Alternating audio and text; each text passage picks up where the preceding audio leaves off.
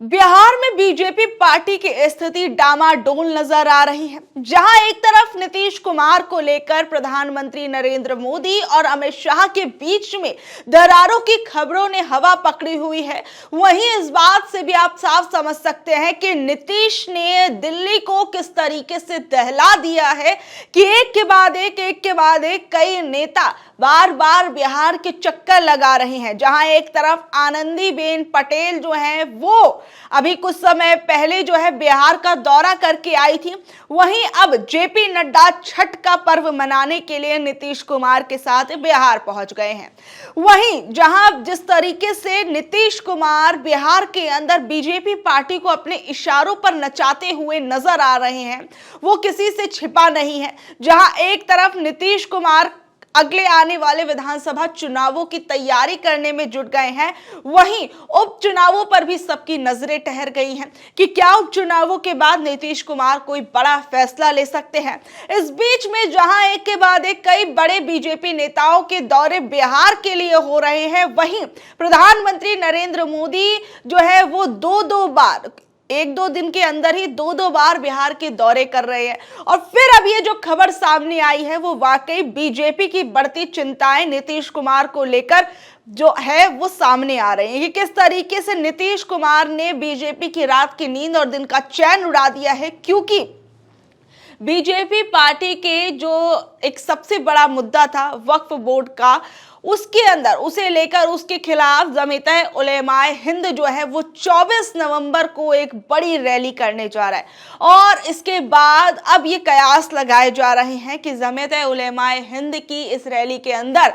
नीतीश कुमार शामिल हो सकते हैं। वक्फ अमेंडमेंट बिल को लेकर पटना के अंदर एक बहुत बड़ी रैली की जाएगी। अभी हाल फिलहाल में आपने देखा होगा कि दिल्ली के अंदर भी किस तरीके से एक बड़ी रैली जो है वो आयोजित की गई थी, और इसके बाद अब पटना चलने की तैयारी जो है वो वक्फ बोर्ड अमेंडमेंट का विरोध करने वाले लोग करने के लिए वहां पर पहुंचेंगे। कुछ लोग बिहार के होंगे और अब उसमें नीतीश कुमार का जाना सबसे बड़ा सवाल बन रहा है। क्योंकि देखिए, नीतीश कुमार को लेकर बार बार ये कहा जाता है कि नीतीश कुमार करने क्या वाले हैं, क्या सोच रहे हैं,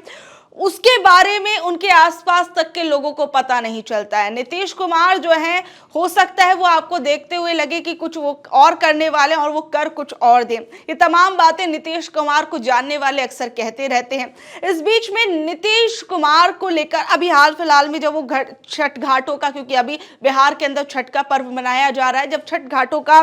निरीक्षण एक तरीके से आप कह सकते हैं वो देखने के लिए पहुंचे वहां पर, तो वहां पर भी वो मीडिया से रूबरू नहीं हुए। अभी नीतीश कुमार के आप देख सकते हैं कि कोई ज्यादा बड़ी बयानबाजियां जो है वो मीडिया के सामने आ नहीं रही हैं, और आप समझ सकते हैं कि धीरे धीरे एक साइलेंट तरीके से नीतीश कुमार जो है वो किस तरीके से बीजेपी पार्टी को बार बार आगाह करते हुए नजर आ रहे हैं। और बीजेपी पार्टी भी अंदर खाने बहुत कुछ समझ रही है कि नीतीश कुमार जो है अगर इन्हें पकड़कर नहीं रखा गया, इन्हें संभाल कर नहीं रखा गया, तो जो सत्ता में बने हुए हैं उनके लिए अपनी कुर्सी बचाना मुश्किल हो जाएगा, और जो सत्ता में आने की महत्वाकांक्षा रखते हैं वो खासा भी नीतीश कुमार से नाराज तो चल ही रहे हैं। आप समझ सकते हैं मैं जिसकी बात कर रही हूं, अमित शाह और नरेंद्र मोदी के बीच में नीतीश कुमार को लेकर जो है एक तरीके से आप कह सकते हैं कोल्ड वॉर नजर आ रही है। जहां एक तरफ नरेंद्र मोदी को लेकर कहा जा रहा है कि वो कुर्सी बचाने के लिए अपने नीतीश कुमार को किसी भी तरीके से जो है वो नाराज करने के मूड में नजर नहीं आ रहे हैं। वहीं अमित शाह जो है वो पार्टी लाइन से आप कह सकते हैं कि बीजेपी पार्टी के अंदर जो नरेंद्र मोदी की राह से थोड़े अलग होते हुए नजर आ रहे हैं। वहीं इस बीच में देखिए, सबसे बड़ी चीज तो अभी मैं बार बार क्यों कह रही हूँ कि बहुत सी वीडियो में मैंने कहा कि उपचुनाव जो है वो एक तरीके से आने वाले विधानसभा चुनावों का एक ट्रेलर मात्र माना जा रहा है, और इस ट्रेलर में जो कुछ होगा वो उस पर भी नीतीश कुमार क्या कुछ बड़ा फैसला लेंगे ये भी अपने आप में अहम हो जाएगा। क्योंकि मैं आपको बता दूं कि नीतीश कुमार की पार्टी जो है वो एक सीट पर अभी चुनाव जो है वो लड़ रही है, जेडीयू पार्टी, जिसके अंदर वो बेलागंज की सीट है, और ये बेलागंज की सीट बहुत ज्यादा महत्वपूर्ण है। और इस बेलागंज की सीट पर उम्मीदवार तो जेडीयू का है, लेकिन वहां पर उस सीट पर जो है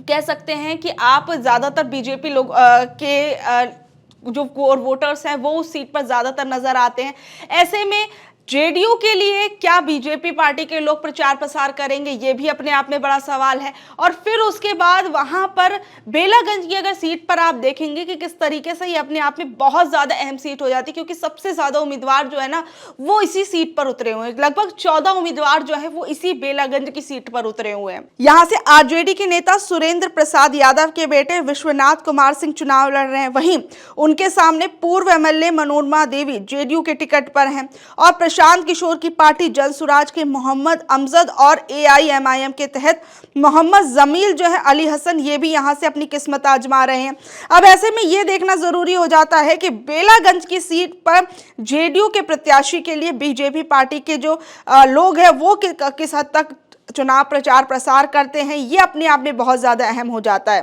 क्योंकि देखिए बार बार अभी आपने हाल फिलहाल में अखिलेश यादव का भी आपको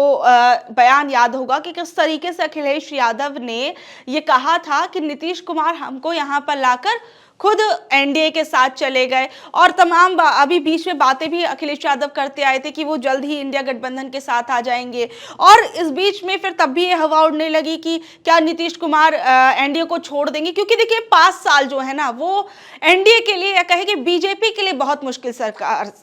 5 साल है, बहुत ज्यादा। क्योंकि कई भविष्यकर्ता जो है, कई लोग इस चीज को लेकर भविष्यवाणी कर चुके हैं कि ये 5 साल बीजेपी के लिए जो है हो सकता है कि बहुत ही बुरे साल हो सकते हैं। सबसे बड़ी चीज, ये सरकार 5 सालों तक चल भी पाएगी, नहीं चल पाएगी, इस पर सबसे बड़ा सवाल उठता है। क्योंकि नीतीश कुमार देखिए जिस अपनी मांग के साथ बीजेपी पार्टी के साथ गए, एक तो बिहार को विशेष राज्य का दर्जा दिलाने की मांग जो थी, स्पेशल स्टेटस की, वो बीजेपी पार्टी ने एक तरीके से इसको लेकर सिग्नल दे दिया कि अभी आपकी मांग कहीं से कहीं तक पूरी नहीं होने वाली है। फिर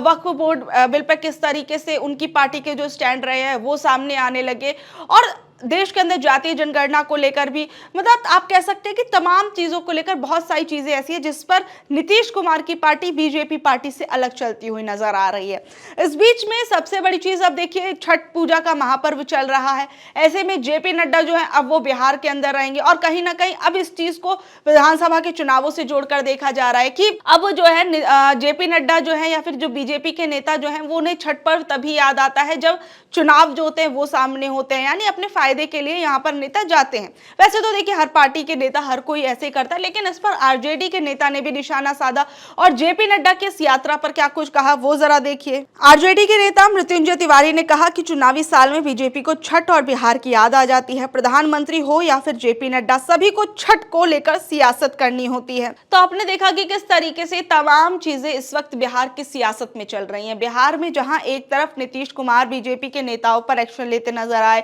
बिहार के अंदर किस तरीके से गिरिराज सिंह के ऊपर जो है वो एफआईआर हो गई और अनेक बीजेपी नेता पर उन पे भी एफआईआर हो गई। फिर उसके बाद जिस तरीके से मदरसे पर जिन लोगों ने भगवा झंडा फहराया था उन लोगों के खिलाफ भी एक्शन लिया गया। यानी कहा जाए कि बिहार के